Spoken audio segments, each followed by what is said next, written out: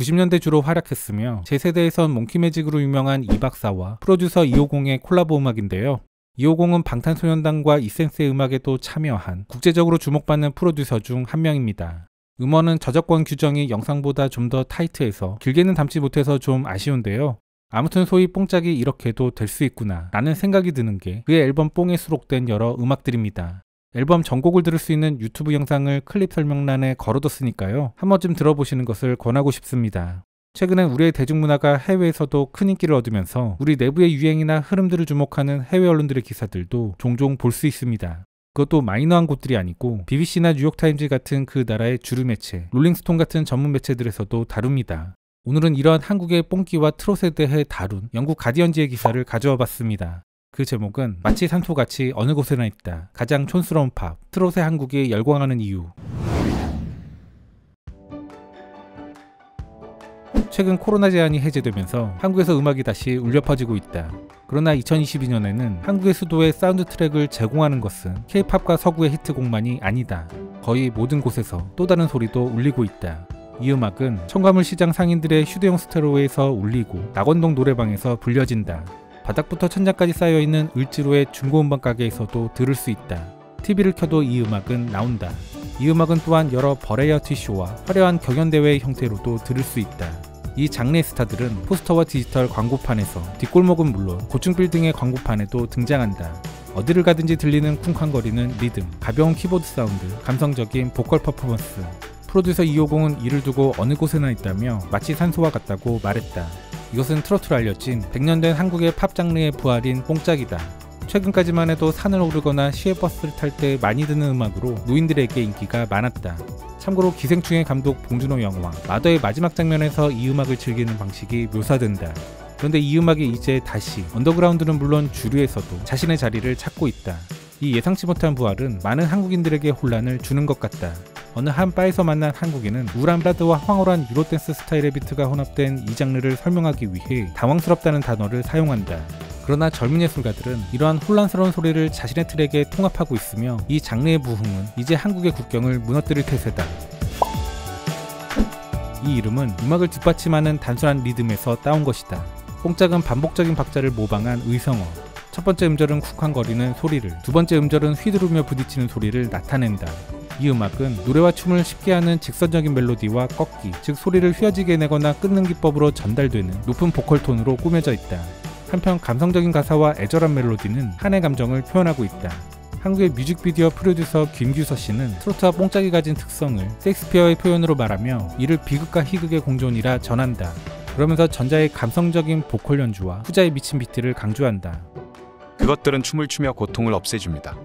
뽕짝의 뿌리는 분단되지 않은 한국이 일본에 의해 점령되었던 20세기 초반으로 거슬러 올라간다. 경기대 이택광 교수는 트로트가 미국의 폭스트롯에서 유래했다고 말한다.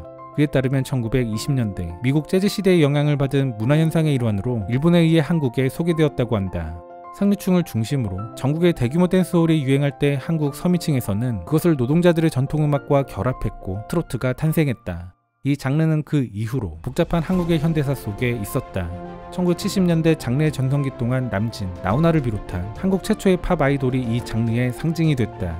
유명한 트로트 가수 심수봉은 1979년 박정희의 암살 현장에도 있었다.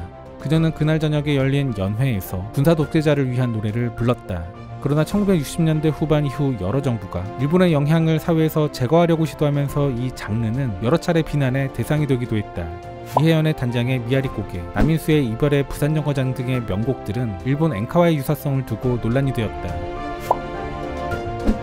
1990년대에 이르러 한국의 젊은이들은 점점 더 밝은 분위기의 음악을 선호하면서 기성세대들이 즐겼던 우울한 음악들을 위한 자리가 많이 사라져갔다.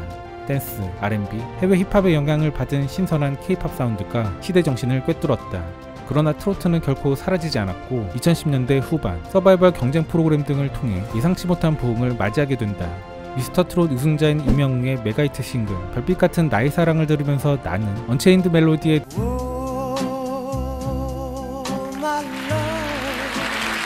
대한 게러스 게이츠의 재해석곡을 떠올리지 않을 수 없었다.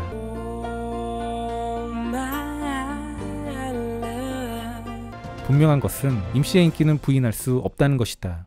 그의 유튜브 채널 구독자 수는 130만 명을 넘었고 번화한 대학가인 홍대에 10층짜리 비디오 광고판에 그의 얼굴이 있으며 인사동의 기념품 가판대에서는 BTS처럼 어디에나 있다. 한국 언론의 일각에서는 이러한 트로트에 대한 관심의 부활을 단순히 뉴트로 트렌드의 일부로 본다. 하지만 트로트 산업은 가수와 뮤지션들에게도 매력적으로 다가오는 듯하다. 이 씨는 주류 K-팝 스타들의 아이돌 산업이 매우 제한적이라고 설명한다. 외모도 멋있고 춤도 잘 추며 관객과 마케팅에도 신경을 써야 하는 것, 마치 슈퍼모델이나 여신이 되어야 하는 것 같다고 말한다. 한편 틈새 시장인 트로트나 뽕짝 시장은 그냥 좋은 가수나 좋은 음악가가 되고 싶은 사람들이 예술성에 집중할 수 있는 곳이라고 말한다. K-팝 걸그룹 애프터스쿨 출신 리지 등 한류 스타들이 강조하는 포인트다. 그저는 2015년 데뷔 솔로 싱글로 트로트를 발표했으며 그의 MBN 스타에 나와서 다음과 같이 밝혔다. 아이돌 음악은 수명이 짧습니다. 트로트가 음악 시장에서 더 오래 갈 거라 생각했습니다. 이 부흥의 중심에 있는 것은 리얼리티 TV 스타와 주류 아티스트뿐만이 아니다.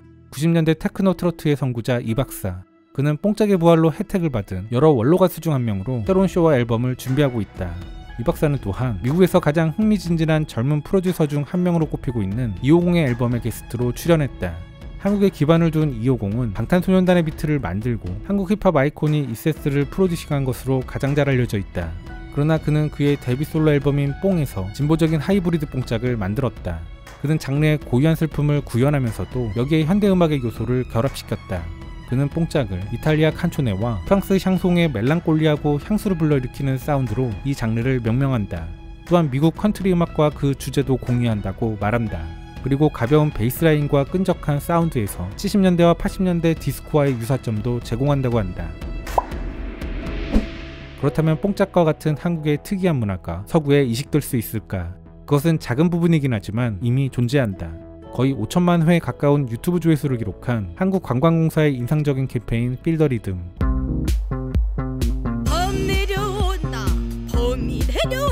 이 영상에 등장한 한국 밴드 이날치의 퍼포먼스와 음악 속에도 뽕끼는 존재한다. 이 곡은 알트록과 한국의 전통 판소리 그리고 약간은 촌스러운 느낌의 뽕짝을 결합한 곡이다. 그러나 무엇보다도 2022년에는 아마도 250이 이 장르를 국제적으로 받아들일 수 있게 하는 가장 큰 기회를 갖게 될 것이다. 앨범이 발매된 지 2달 만에 250은 그 권위를 인정받는 런던 방송국 NTS 라디오에서 첫 번째 쇼를 선보였다.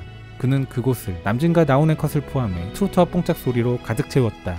한국의 대중문화가 둔화될 기미가 보이지 않는 상황. 이러한 때에 그 누가 뽕짝 또는 적어도 이것의 새로운 하이브리드 음악이 한국의 다음 대형 수출 트렌드가 아닐 것이라고 말할 수 있겠는가. 참고로 250의 뽕은 해외에서 더 주목하는 앨범이기도 한데요.